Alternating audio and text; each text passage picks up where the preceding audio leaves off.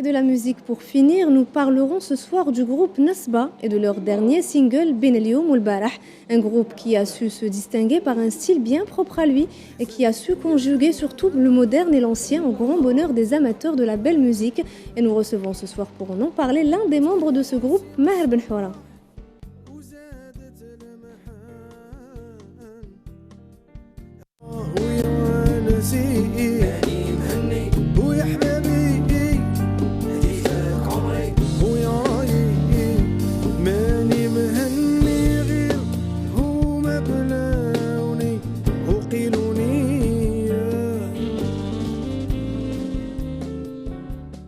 Alors, Maher Ben Houra, bonsoir. Vous êtes guitariste au sein du groupe Nasba. On vient tout juste d'écouter un petit extrait de la fameuse chanson Ben El Youm Oul Barah.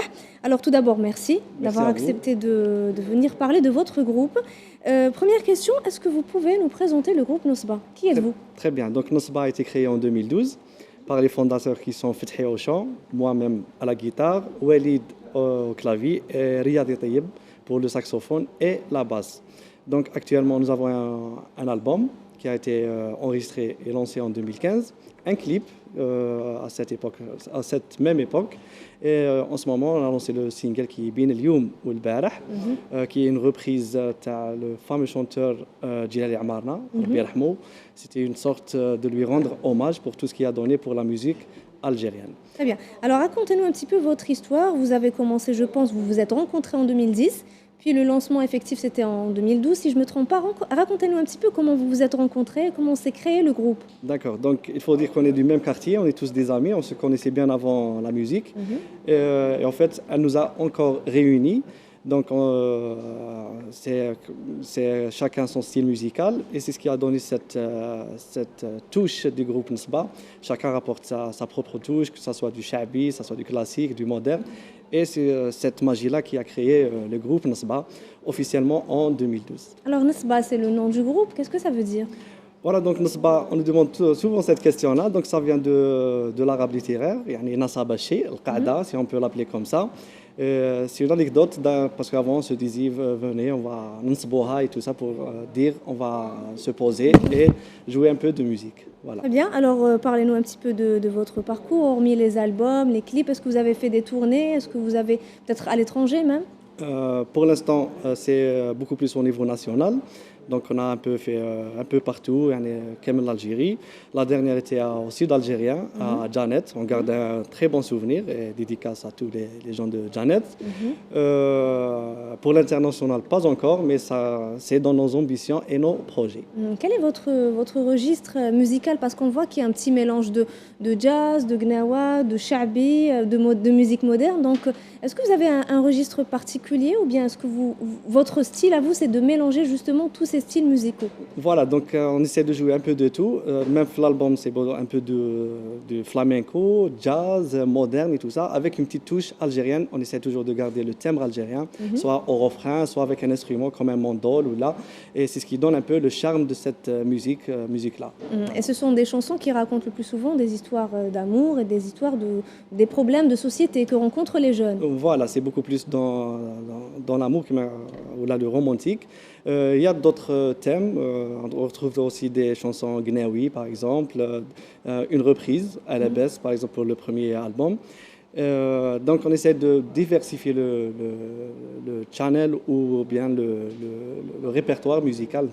Ce qui est bien aussi dans vos chansons, c'est qu'elles se complètent. C'est-à-dire qu'une chanson peut être la suite de l'histoire de la chanson précédente. Exactement. Si je prends l'exemple de L'Wahdani, qui est le nom du premier album.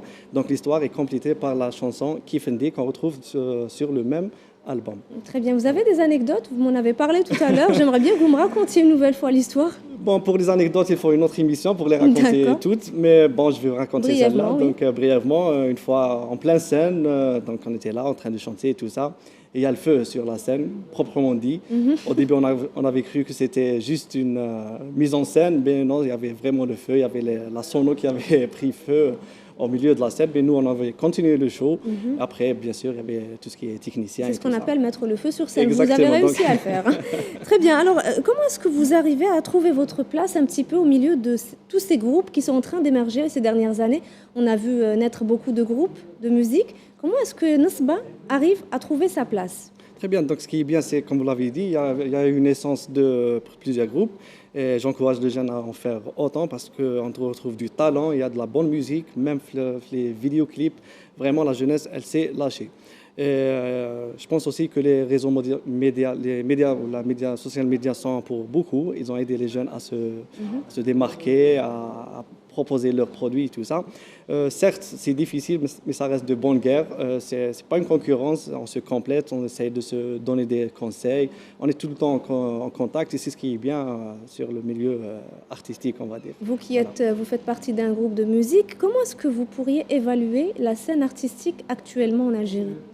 Bon, je dirais qu'il y a beaucoup de choses à améliorer, mais elle est en bonne voie. D'ailleurs, si on revient juste 2 ans, 3 ans, on ne connaissait pas vraiment les clips vidéo, ce n'était pas vraiment une culture, mais actuellement, on retrouve des clips bien faits, de la bonne musique, et on retrouve même nos groupes à l'échelle internationale. C'est une fierté, et voilà, ça encourage les jeunes Tawana. Quelles sont à présent vos ambitions futures, vos objectifs? Le groupe Nasba, qu'est-ce qu'il aspire pour l'avenir? Très bien, donc déjà terminé le deuxième album, qui est en bonne voie. Mais il y a beaucoup à faire, c'est un vrai chantier. Et pourquoi pas se produire à l'échelle internationale. On peut avoir déjà une petite idée sur le deuxième album? Donc oui, je vais vous donner un petit détail. Donc il y aura 5 chansons. Le premier single, on l'a écouté ensemble. Et les autres, c'est vraiment du boom. Très bien, un dernier mot pour conclure, Maher? Ben, je passe le bonjour à tout le groupe. On aurait aimé qu'ils soient tous là, mais pour une autre fois. Est-ce que vous avez peut-être des dates, des tournées à venir? Ce qu'on a l'habitude de faire, c'est de tout partager sur notre page Facebook. Là, on retrouve les dates, les détails, et même quelques anecdotes, pourquoi pas. Voilà, donc j'invite tout le monde à consulter notre page Facebook qui est Nasba. Alors voilà, le message est passé pour tous ceux qui s'intéressent à ce style musical et au groupe Nasba. On vous invite tout simplement à consulter la page Facebook. Et avant de finir ce journal, je vous propose de terminer avec une note de musique et le dernier single du groupe Nasba, Ben Elioum ou Al Barah. Merci à vous de nous avoir suivis. Excellente soirée à tous et à demain.